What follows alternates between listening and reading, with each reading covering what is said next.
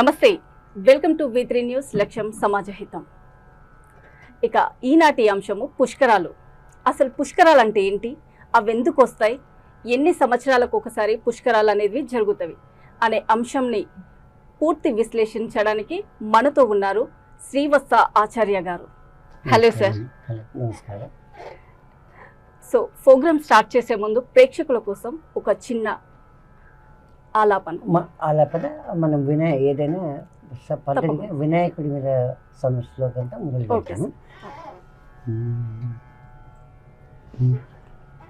శుక్లాంబరధరం విష్ణు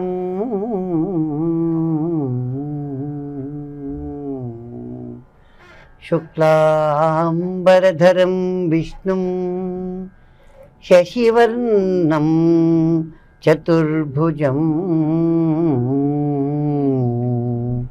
ప్రసన్నవదనం ధ్యాయేత్ సర్వవిఘ్నోపశాంతయే.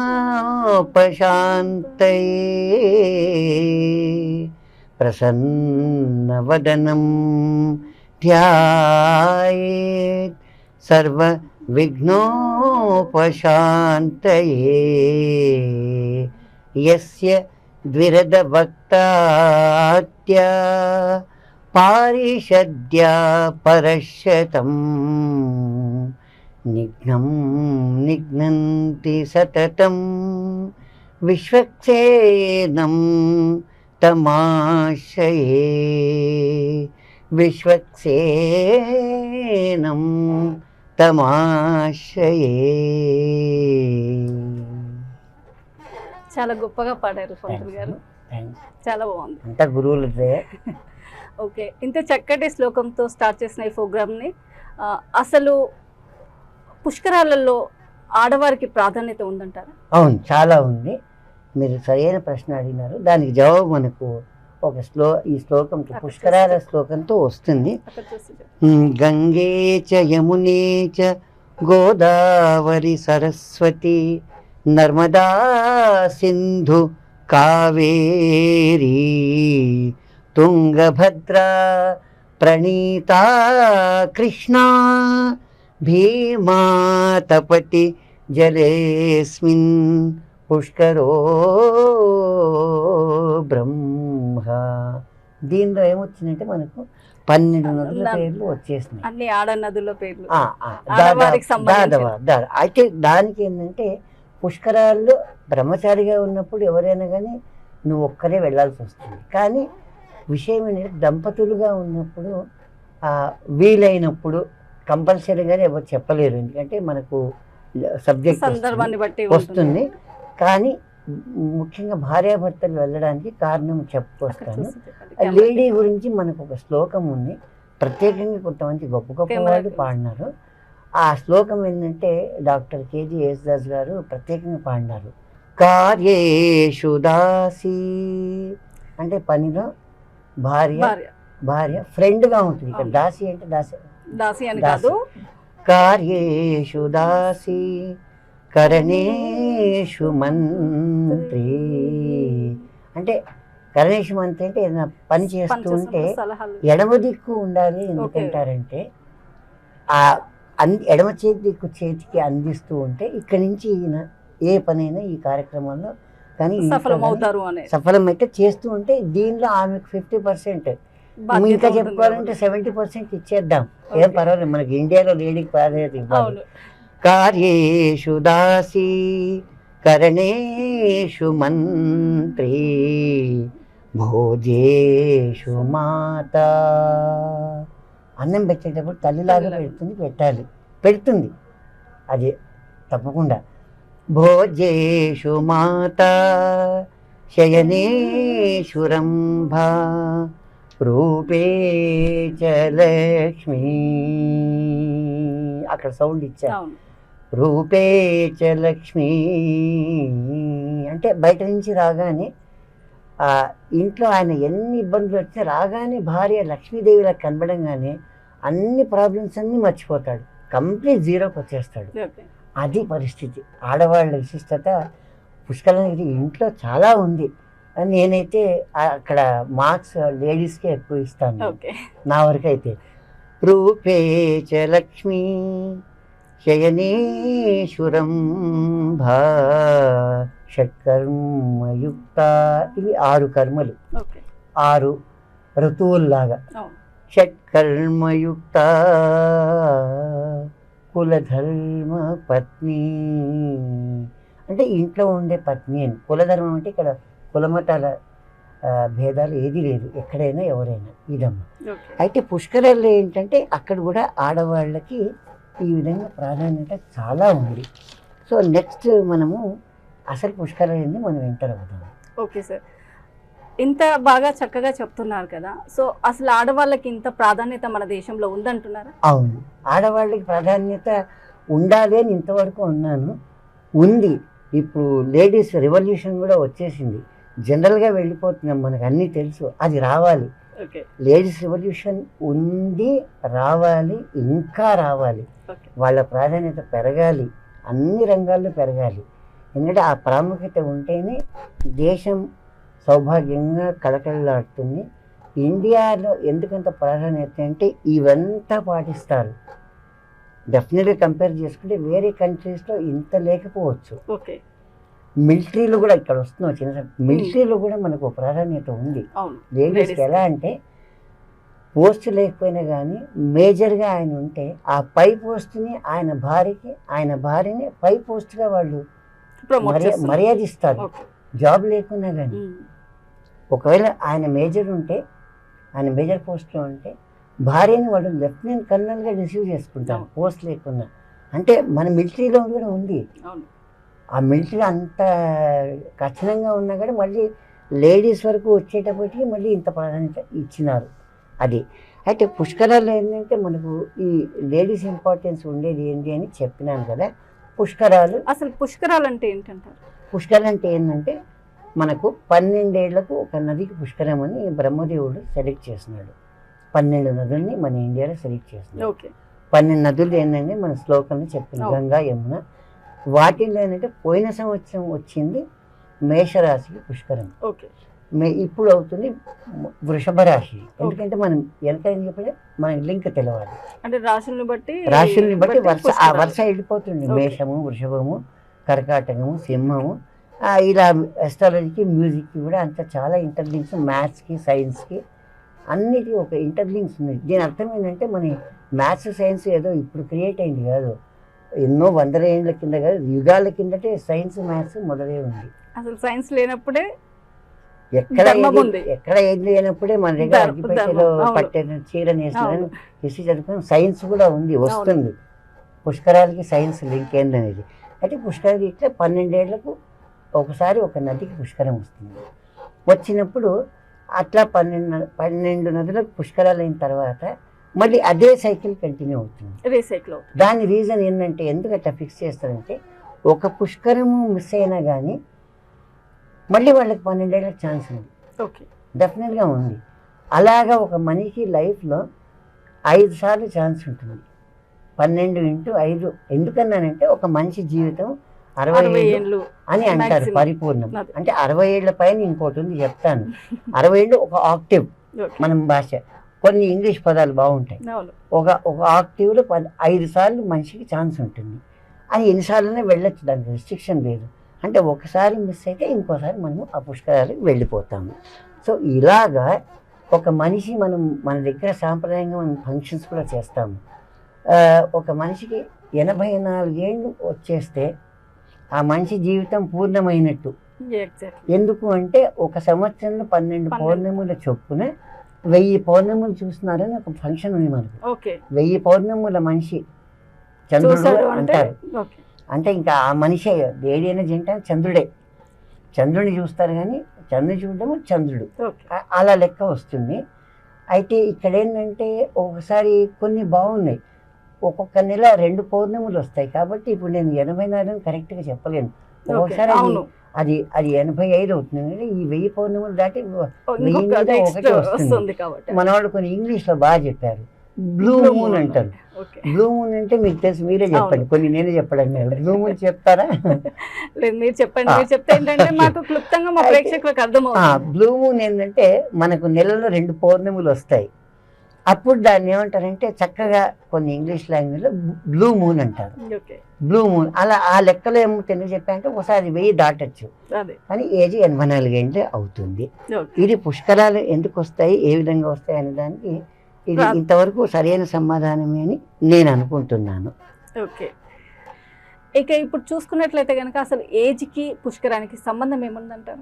చెప్తానమ్మా. దానికి కూడా ఇక్కడ మ్యాథమెటిక్స్ లింక్ ఉంటుంది. మన సాంప్రదాయంలో మ్యాథ్స్ సైన్స్ అన్నీ ఉన్నాయి. ముందు మ్యాథ్స్లోకి వస్తే 12 ఏళ్లకు ఒకసారి ఒక రాశికి పుష్కరం వస్తుంది. ఆ విధంగా లెక్కలో తీసుకుంటే బ్రహ్మదేవుడు ఒక 12 రాశులకు 12 పుష్కరాలు అరేంజ్ చేస్తున్నారు. అది రాశి ప్రకారం అది వరుస అలాగే అక్కడ కూడా ఆర్డర్ తప్పదు. ఒక డిసిప్లిన్, ఒక క్రోనలాజికల్ ఆర్డర్లో వెళ్ళిపోతూ ఉంటుంది.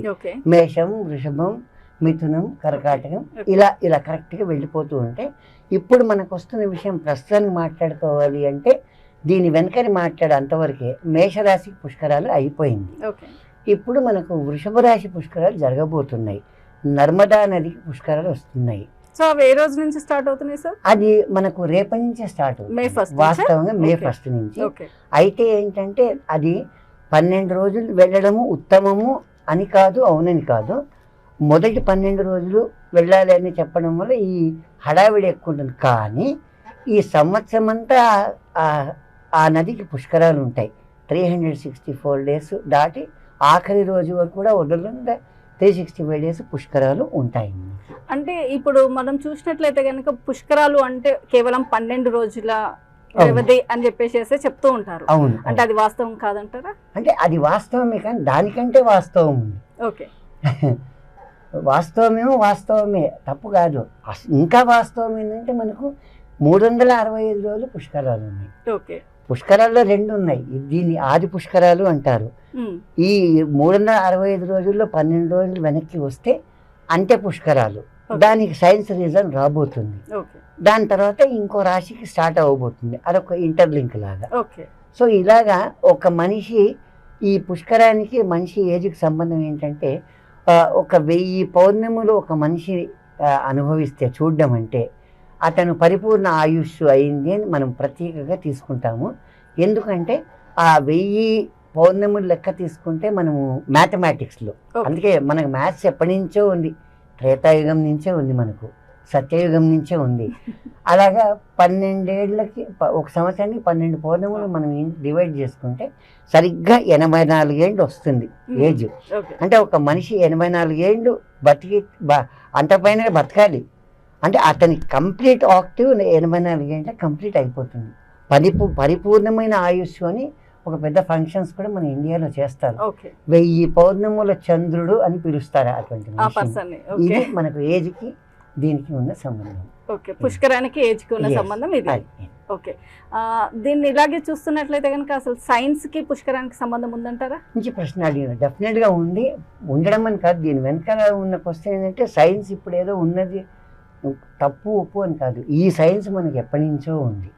ఎప్పటి నుంచో సైన్స్ ఎలా ఉందంటే మనకు వేదాల దగ్గర నుంచి లింక్ ఎందుకు వస్తుందంటే 4 వేదాలు, ఋగ్వేదము, యజుర్వేదము, సామవేదము, అథర్వణ వేదము, వీటికి ఒకదానికి లింక్స్ ఉన్నాయి.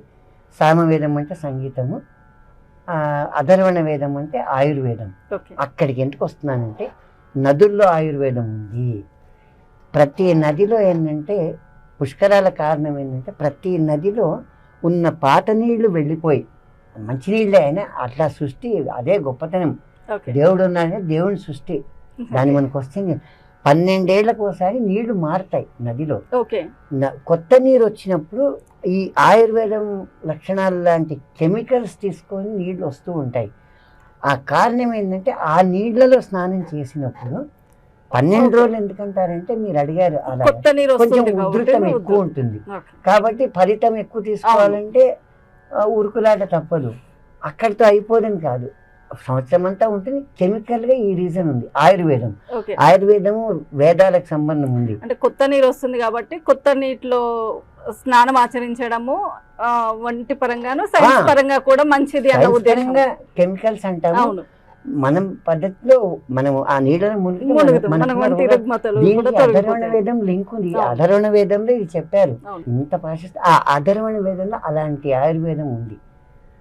అది మన దేశ గొప్పతనం, మన భారతీయ గొప్పతనం ఎంత గొప్పదంటే ఇక్కడ ఇంకోటి వస్తున్నాను, అమెరికా వరకు ఉంది ఒకప్పుడు భారతదేశానికి. ప్రూఫ్ ఏంటంటే నేను చెప్పగలను, ఈ మధ్య మనకు అమెరికాలో శ్రీచక్రం బయటికి పడింది అని చెప్పుకుంటూ ఉన్నారు. ఇంత చెప్పి కూడా మళ్ళీ అది ఇండియాది అని తెలిసిన తెలుగును ఒప్పుకోవడం లేదు. శ్రీచక్రము నేననేది ఏంటంటే దాని ప్రకారం వాళ్లే అన్నారు కాబట్టి అది ఇండియాలో మన ఋషులు పెట్టిందే. శ్రీచక్రం ఎవరికి రాదు, వాళ్ళేదో ఏలియన్స్ వచ్చి పెట్టినట్టు భయం అవుతుంది అంటున్నారు. దానికి భయపడ్డం ఎందుకు, వాస్తవం కదా. అది శ్రీచక్రం ఎక్కడిది, మన వేదాల్లో ఉన్నది, మన భారతీయ సంబంధించిన. అంటే అర్థమైంది, ఇప్పుడు లింక్ దొరికిపోయింది. ప్రపంచమంతటా సనాతన ధర్మం ఉంది. సనాతనం అంటే ఇంకా చెప్పండి, మన ఇండియా అక్కడ వరకు ఉంది. ఇప్పుడు నన్ను ఒప్పుకోకపోవచ్చు ఎవరన్నా, కానీ ఒప్పుకోమని ఒప్పుకోవాల్సిందే. తెలిసిపోయింది కదా. మనం ఇప్పుడు పోయి ఎవరో ఏ పొలిటికల్ గా రాత్రి పోయి అక్కడ ఏదో ఇంకోటి శ్రీచక్రం పెరిగిందట, పెద్దగా కనబడుతున్నట్టు భయపడ్డారు. పెద్ద కనబడే కానీ దాని ఒక పర్టికులర్ మ్యాథ్స్ ఉంది, కానీ అది భూమిలో పెట్టినప్పుడు ఏమవుతుందంటే భూమిలో ఉన్న కెమికల్స్ ఖనిజాల వల్ల అది పెరుగుతూ, ఈ రాగి బంగారం అన్ని భూమిలో ఉన్నాయి, అది సాగుతూ ఉంటుంది. అయినా ఇప్పటికీ ఒప్పుకోవడం లేదంటే ఇంకా అది కొంచెం మన దురదృష్టం అనుకోవాలి. అంటే రీసెంట్ కూడా ఒక న్యూస్ వచ్చింది, వాసుకి రూపము అంటే పాము వాసుకి రూపము కనిపించింది, శిలము అంటే వాటి అస్థిక కరెక్ట్ శకలాలు దొరికాయి అని చెప్పేసి. అవును, కరెక్ట్, వాస్తవం అంటారు. నేను ఒప్పుకుంటాను, వాస్తవమే. ఎందుకంటే నేను ఒక విషయం చెప్పమంటే చెప్తాను. నేను ఏదో షిరిడీకి పోవాలని తంటాలు పడుతున్నా, ఎంతో కోరిక, అంటే గ్యాప్ ఎక్కువ వల్ల ఫలితం అట్లా వస్తుంది. నేను ఎంతో బాధపడుతూ ఉంటే, నేను పడుకొని ఆలోచిస్తుంటే కిటికీ దగ్గర సాయిబాబా వచ్చారు. సాయిబాబా వచ్చేసి వచ్చేయన్నారు ఇట్లా.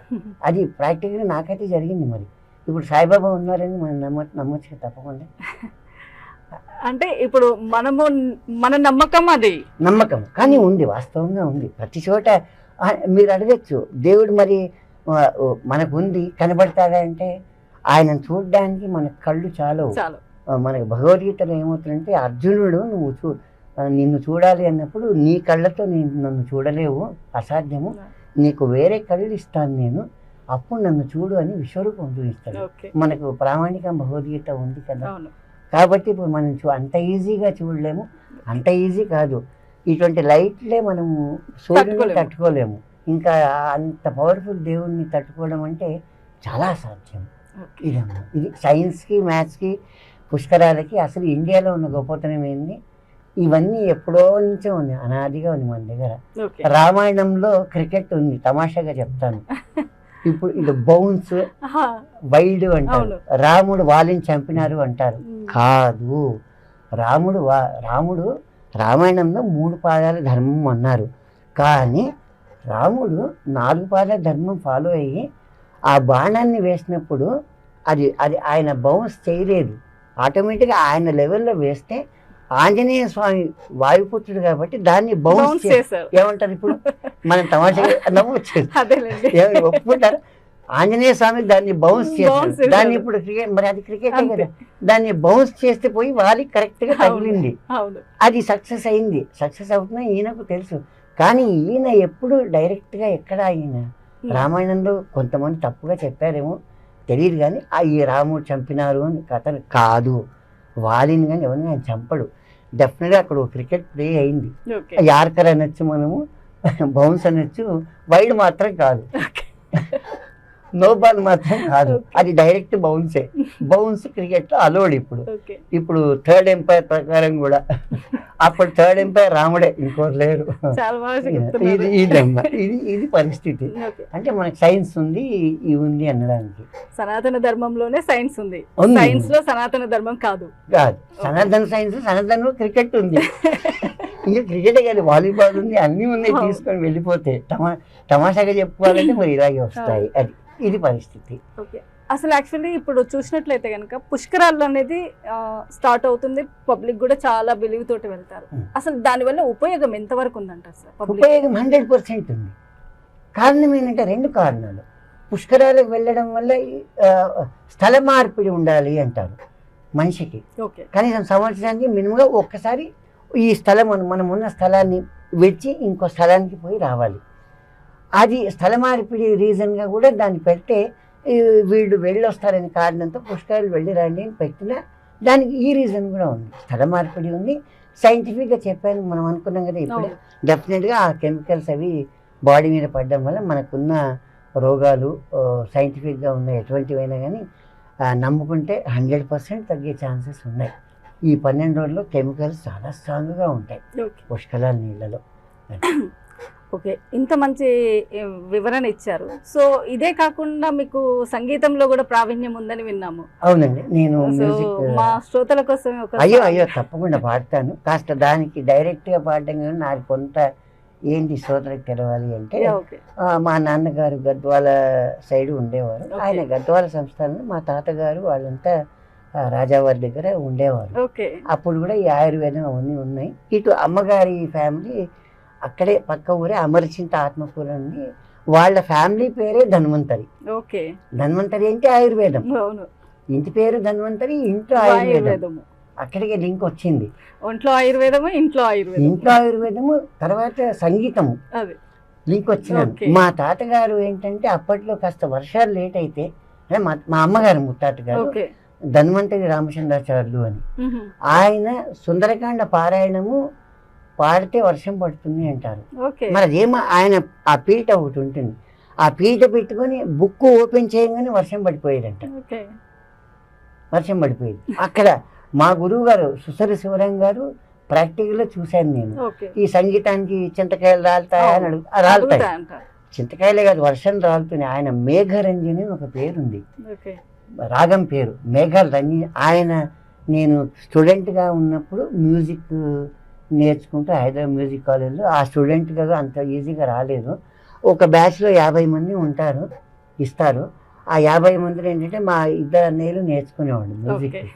అక్కడ ఒక మహానుభావుడు ఒక ఇంట్లో 3 నేర్చుకోరాదు అని, నీ చిన్నవాడిని నీకు సీట్ లేదు అన్నాడు. మీకు నమ్ము తమాషా అంటే వాస్తవం చెప్పు. అక్కడ చిన్న చిన్న విషయాల్లో రాజకీయాలు, పెద్దవాటిని మనం ఎందుకు నమ్ముకోవడము, నవ్వు వచ్చేస్తుంది. రాజకీయం అది ఈ చూస్తే ఈ రాజకీయం మామూలే అని మనకు అనిపిస్తుంది. అందుకే అంటున్నా, కామెంట్ చేయడం లేదు, మామూలే. చిన్న విషయానికి ఒకే ఇంట్లో 3 మ్యూజిక్ నేర్చుకునే రూల్ ఎక్కడ ఉంది? లేదు. అసలు ఎవరైనా నేర్చుకోవచ్చు, లేదు, 3 అని లేదు, అఫీషియల్ లేదు. అది ఎవరో మహానుభావులు ఉంటారు కొంతమంది, వాళ్ళని మనం మంచిగా అనుకోవాలి. ఎందుకంటే దానివల్ల ఏమైందంటే, కారణం చెప్తాను. ఇక సైన్స్ మళ్ళీ సైంటిఫిక్గా నాకు మెంటల్గా పట్టుదల ఎక్కువ వచ్చింది. నేను ఎట్లయినా సాధించాలి అని నేను అక్కడ లెక్చరర్ని, నా కాబోయే లెక్చరర్ని రిక్వెస్ట్ చేసిన, ఏమాత్రం ఇక్కడ అవకాశం ఉంటే చూడండి, లేదు అంటే ఈ సంవత్సరం ఇంటే. ఆయన ఏమందంటే ఆయన రికమెండేషన్స్ ఇవన్నీ ఒప్పుకోరు. ఎంత నన్ను చూశారు, ఆయన చూసి ఇంట్రెస్ట్ ఉన్నాయని. ఆయన ఏమన్నారంటే, బ్యాచ్లో కొంతమంది చేరరు, మామూలు ఇప్పుడు ఏదన్నా ఖాళీ అవుతే మాత్రం డెఫినెట్గా అదే రూల్ ప్రకారమే నీ సీట్ అయిపోతుంది అన్నారు, ఆర్డర్లో ఉన్నామని. అది అదృష్టం అనుకోవాలి. ఆ 51వ స్టూడెంట్ నేనవుతే, ఆ 50 ఒక బ్యాచ్లో కనీసం 2-3 మిగిలేవారు. ఆ 50 మందిలో ఒకరు వెళ్ళి 50 మంది అవుతే, ఆ బ్యాచ్లో నేను ఒక్కడిని మిగిలినాను. 49 మంది అవుట్ ఆఫ్ పెవిలియన్ అయిపోయింది. అవుట్ ఆఫ్ పెవిలియన్ ఏదో దేవుడి దేవుల ఆ సీట్ జాగ్రత్తగా చేసుకొని, చాలా గురు శిక్షణ పద్ధతిలో, గురుకుల పద్ధతితో ఆయన దగ్గర ఆయన మహానుభావుడు సుశీల శివరామని ఆయన పేరు. వాళ్ళ ఫ్యామిలీ చాలా గొప్పది. వాళ్ళు ఎంత గొప్ప ఫ్యామిలీ అంటే మనం ఇప్పుడు చెప్పుకోవాలంటే ఇంకొక ఎపిసోడ్లో చెప్పుకున్నాము. అయితే ఆయన దగ్గర మ్యూజిక్ నేర్చుకున్నప్పుడు ఇది మామూలు జర్నీ అవుతూ ఉంటే మీరు అన్నారు కదా, ఒక పట్టుదల వచ్చింది, ఇండియాకి ఏమో చేయాలి, భారతదేశం చేయాలి. నేనేమనుకున్నాను, మన ముఖ్యమైన నేషనల్ యాంథెమ్. ఆ నేషనల్ యాంథెమ్ మనకు లైమ్ లైట్లో లేదు, రావాలి. ఏదో ఒక స్కూల్ వాళ్ళతో నేను మాట్లాడి ఫ్రీగా, డబ్బు లేదు, నేను ఒకటి చేయాలనుకున్నానండి. అంటే ఆ స్కూల్ సుజాత స్కూల్ పేరు చెప్తా తప్పదు. దానికి ఆవిడ ప్రిన్సిపల్ చాలా గొప్ప వ్యక్తిత్వం, సునీతా బాలని. చేద్దామండి దీన్ని, ఏం పర్వాలేదు, చాలా బాగుంది అన్నారు. అయితే ఏంటి చేద్దామంటే నేషనల్ యాంథము రవీంద్రనాథ్ ఠాగూరు రాసిన 100 ఏండ్లకి కరెక్ట్గా దాటింది ఒక 1 ఇయర్. 2013లో ఒక 1 ఇయర్ క్రాస్ అయినా కానీ మనము ఆ ఫిగర్లో బాగుంటుంది, ఒక 108 పిల్లల్ని తీసుకొని పాడిద్దాము అని అన్నట్టు ఆవిడ అడిగితే అన్నగా నన్ను, అంతేకాదు అంతమంది స్టేజ్ మీద ఉంటారు, మిగతా అందరినీ పాడిద్దాము అన్న, వాళ్ళు బాధపడకుండా. ఏ విషయం ఏంటంటే వచ్చేస్తాను, 700 మంది పిల్లలని ప్రపంచంలో మొదటిసారి అప్పుడు 700 మంది పిల్లల్ని ఒక్కసారి ఆగకుండా నాన్ స్టాప్, అంటే మ్యారథాన్ అంటారు, నేషనల్ యాంథమ్ అంటే చాలా గొప్పది, 54 సార్లు పాడించాను. అది జీవితంలో ధన్యము, అంటే అదొక పెద్ద రికార్డ్ ఇది. అయితే ఇంకా నాకు అప్పుడప్పుడు సాంగ్స్ రాసే ఇష్టం ఉంది, కానీ నా హద్దులో నేను ఉంటా. నా సబ్జెక్ట్ డిపార్ట్మెంట్ మ్యూజిక్. సరే అప్పుడప్పుడు మనం రుచి చూపించచ్చు ఏది పాట రాయడంలో. ఇప్పుడు నేను మీ డిపార్ట్మెంట్ రాలేను, రాకూడదు, కొన్ని రూల్స్ ఉన్నాయి, లిమిట్స్, హద్దులు, దాన్నే అంటారు. ఏది మనము ఇంగ్లీష్లో కూడా కొన్ని ఇక్కడ బాగా చెప్తారు, మనం అతి సర్వత్ర వర్జయేత్ అంటాం, దాన్ని వాళ్ళు క్యాచ్ చేసుకుని too much is too bad అన్నారు. అలాగా మన హద్దులో ఉండాలి, కానీ ఇక్కడ వచ్చేస్తుంది. తమాషా ఏంటంటే ఇప్పుడు కొంతమంది మ్యూజిక్ డైరెక్టర్లు మొత్తం పాడేస్తున్నారు, అంతా వాళ్ళే అయిపోయినారు, అంతా రామమయం ఉన్నట్టు అయిపోయింది. వాళ్ళు వెనక లైన్ కట్టి రైటర్లు పాడిస్తున్నారు, ఇంకా మరి సింగర్లకు ప్రాధాన్యత ఎక్కడ ఉంటుంది? అంతేందుకు హీరోలు కూడా పాడుతున్నారు, హీరోలు పాడుతున్నారంటే ఒక గొప్పతనం ఉంది. మన మొత్తం ప్రపంచంలో హీరోల్లో కమల్ హాసన్ చాలా గొప్పవాడు. ఎందుకంటే కమల్ హాసన్ చాలా పెద్ద ఆర్టిస్టు. నేను ఒకప్పుడు ఏదో చెన్నైలో విన్నాను, ఆయన పరంకుడి అనే ప్లేస్ని కారైకుడి అనే ప్లేస్కి రోజు నడిచి వెళ్ళేవాడట మ్యూజిక్ గురించి ఇంట్రెస్ట్తో. అంటే ఆయన పాడతారు, మీరు వినిటారు. కమల్ హాసన్ చాలా గొప్ప గాయకుడు, హీరోల్లో ఎవరు అంత బాగా పాడరు. మీ ఇంకో విషయం చెప్తాను, నేను మొన్న చాలా అబ్జర్వ్ చేస్తూ ఈ మధ్య వచ్చిన లేటెస్ట్ సినిమాలో పేరు చెప్పచ్చు అంటే మహేష్ బాబు మంచి సింగర్. మహేష్ బాబు వాయిస్ నేను విన్నాను, ఒక చోట హమ్మింగ్ చేస్తూ పాడితే అక్కడ ఆయన స్పార్క్ వచ్చేసింది, మ్యూజిక్ సాంగ్ పాడగలదు. ఒక సాంగ్లో చక్కటి హమ్మింగ్ చేసిన ఈ పబ్లిక్కి రీచ్ అవుతే ఎంత బాగా పాడతారు ఆయన. కానీ ఆయన హీరో కాబట్టి వాళ్ళ నాన్నగారి ఎంటర్ కాదు. అలా చెప్పుకుంటూ పోతే స్మితా మాధవ్ డాన్సర్, ఎవరు బాలరామాయణంలో సీతగా చేసింది, మీకు గుర్తుంది, సీతగా చేసింది. ఆ స్మితా మాధవ్ ఆవిడ పేరు. ఆవిడ ఆంబిడెక్స్, ప్రపంచంలో ఎవరు లేరు, ఒక స్పెషల్ అన్పారలల్ క్యారెక్టర్. అంటే ఒక 2 గంటలు స్టేజ్ మీద క్లాసికల్ పాడుతుంది, ఏవో పాటలు కాదు, ఒక 2 గంటలు ఒక హాఫ్ అన్ అవర్ బ్రేక్ అని ఇస్తారు, ఊరికే కమర్షియల్ బ్రేక్. దానిలో మనం ఎందుకు అనుకుంటాము, ఇంకా ఉంది అని ఊరికే అనౌన్స్ చేస్తారు ప్రోగ్రామ్. మనం ఏదో అనుకో సర్లే అనుకుంటాం, కర్టెన్ తీయంగానే డాన్సర్ లాగా అవతారం వచ్చేస్తున్నాను. అంటే వచ్చేసి ఆమె డాన్స్ చేస్తుంది. సరే ఆ డాన్స్ కూడా ఆమెనే ఓన్గా పాడి రికార్డ్ చేసుకుంది. మరి ఇటువంటి గొప్ప వాళ్ళు ఉన్నారు, హీరోల్లో ఉన్నారంటే ఇంకా నేనంటాను కమల్ హాసన్ అన్పారలల్. ఎందుకంటే ఎందుకు చెప్పుకోవచ్చు అంటే మ్యూజిక్ సంబంధించి వచ్చి ఆఖరికి బాలకృష్ణ చాలా గొప్పవాడు అన్నిట్లో, నందమూరి. ఆయన సామాన్యంగా ఒప్పుకోవాలంటే గొప్ప పేరే. ఆయన కమల్ హాసన్ని ఒప్పుకున్నారు ఆయన, ఎందుకంటే రామారావు లాంటి టాలెంట్ ఆయనకు ఉంది, ఆయన గొప్పవాడు. వాళ్ళంతా డిపార్ట్మెంట్. రామారావు గారు మీకు విషయం, ఆయన చాలా బాగా పాడతారు. ఒక సినిమాలో ఒక పద్యాన్ని అదే రికార్డ్ చేసి పెట్టారు. ఎన్టీ రామారావు గారు మంచి సింగర్, కానీ వాళ్ళు దీంట్లోకి రాలేదు. నేను చెప్పేది అంటే ఎవరి హద్దుల్లో వాళ్ళు ఉంటూ ఉంటే మంచిగా ఉంటుంది, కానీ ఇంతే హద్దు.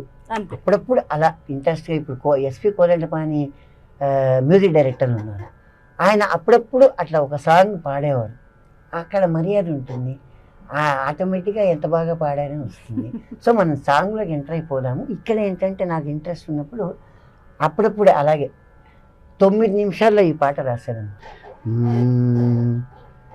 సగపదని సానిద పగస, ఇది కళావతి రాగం. కళావతి అంటేనే సరస్వతి అమ్మవారు.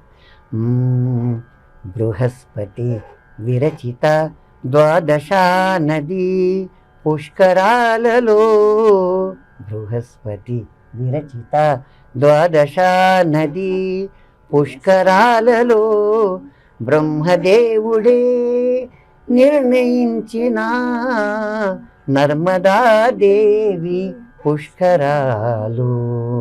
బ్రహ్మదేవుడే నిర్ణయించిన నర్మదా దేవి పుష్కరాలు. నర్మదా నర్మదా నర్మదా నర్మదా నర్మదా నర్మదా నర్మదా నర్మదా అని మ్యూజిక్ మీకే వచ్చేసింది. మేషరాశి కనుసన్నలలో వెనక్కి వెళ్ళాను చెప్పాలి. మేషరాశి చెప్పాలి. మేషరాశి కనుసన్నలలో గంగమ్మను అనుసరించి రెండవదిగా సాగే వృషభ రాశి పుష్కరాలు. రెండవదిగా సాగే వృషభ రాశి పుష్కరాలు. నర్మదా నర్మదా నర్మదా నర్మదా పాడండి. నర్మదా నర్మదా నర్మదా నర్మదా అంగరంగ వైభవంగా 12 రోజులు సాగే విభులచే జరిపించే పుష్కరాలు. విభులచే జరిపించే పుష్కరాలు. నర్మదా నది పుష్కరాలు. నర్మదా నర్మదా నర్మదా నర్మదా ఇది మ్యూజిక్. నర్మదా నర్మదా నర్మదా నర్మదా అనారోగ్యరహితమైన జీవనంపు మనుగడకు. అంటే అనారోగ్యంగా ఉన్నాం కదా, అంటే సాధారణ నాకు అలవాటే. అనారోగ్యరహితమైన జీవనంపు మనుగడకు అన్ని నదుల నది స్నానం. అన్ని నదుల నది స్నానం మానవాళికే అభ్యుదయం. నర్మదా నర్మదా నర్మదా నర్మదా నర్మదా నర్మదా నర్మదా నర్మదా సరిగా రిగప గపద పదని ధనిస సనిద నీరప దపగ పగస సరిగా రిగప గపద పదని ధనిస సనిద నీరప దపగ పగస. పితృదేవతలకిచ్చే అర్ఘ్యములతో దేవతల అధిదేవతల.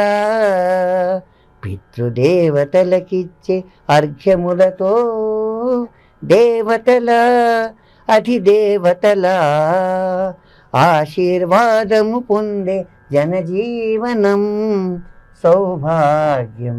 మహాలక్ష్మి. నర్మదా నర్మదా నర్మదా నర్మదా నర్మదా నర్మదా నర్మదా నర్మదా ఆయుర్వేదం నదీ జలం. మనుషులకు మనసులకు ఎంతో ఎంతెంతో ఉత్సాహం. ఆయుర్వేదం. ఓ నదీ జలం మనుషులకు మనసులకు ఎంతో ఎంతెంతో ఉత్సాహం. ఉత్తేజభరితం పుష్కరమే మనుషులకిదే ఉత్సాహం. రంగరంగా పాండురంగా. ఇక్కడ ఎందుకన్నానంటే మహారాష్ట్రలో నర్మదా నది ఉంటుంది, వాళ్ళు పాండురంగాన్ని నమ్ముతారు. చూసారా ఆ రాయడాన్ని మనం ఆలోచిస్తే రంగరంగా పాండురంగా నర్మదా నది పుష్కరాలు. నర్మదా నర్మదా నర్మదా నర్మదా నర్మదా నర్మదా నర్మదా నర్మదా నర్మదా నర్మదా నర్మదా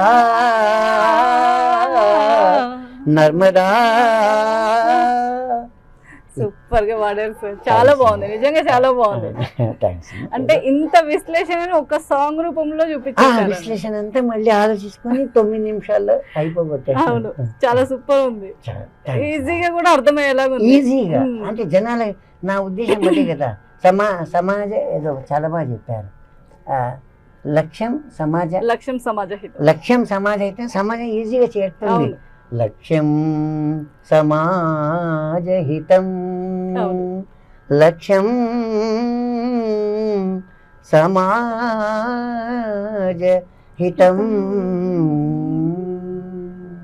సూపర్. ఆహా. ఇప్పటి వరకు కూడా పుష్కరాల గురించి ఎంతో క్లుప్తంగా వివరించారు మా ప్రేక్షకుల గురించి. చాలా సంతోషం సార్, చాలా థ్యాంక్ యూ. చాలా నమస్కారం. V3 ప్రేక్షకులు కూడా అసలు విషయాలు తెలవాలని నా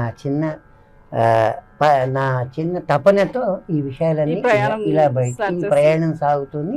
విషయాలన్నీ ఆటోమేటిక్గా అన్నీ తెలిసిపోతూ ఉన్నాయి. వాళ్లకు చేరితేనే నాకు సంతోషం. లక్ష్యం మన స్లోగన్ లక్ష్యం సమాజహితం. ఓకే, ఎస్, లక్ష్యం సమాజహితం. ఇక చూశారు కదా, ఇది ఈనాటి పుష్కరాల కార్యక్రమం. మరొక మంచి ఎపిసోడ్తో మళ్ళీ మీ ముందుంటా. అప్పటి వరకు చూస్తూనే ఉండండి V3 న్యూస్, లక్ష్యం సమాజహితం. నమస్తే సార్. నమస్కారం అమ్మ. V3 ప్రేక్షకులకు మరోసారి శుభాకాంక్షలు. Thank you.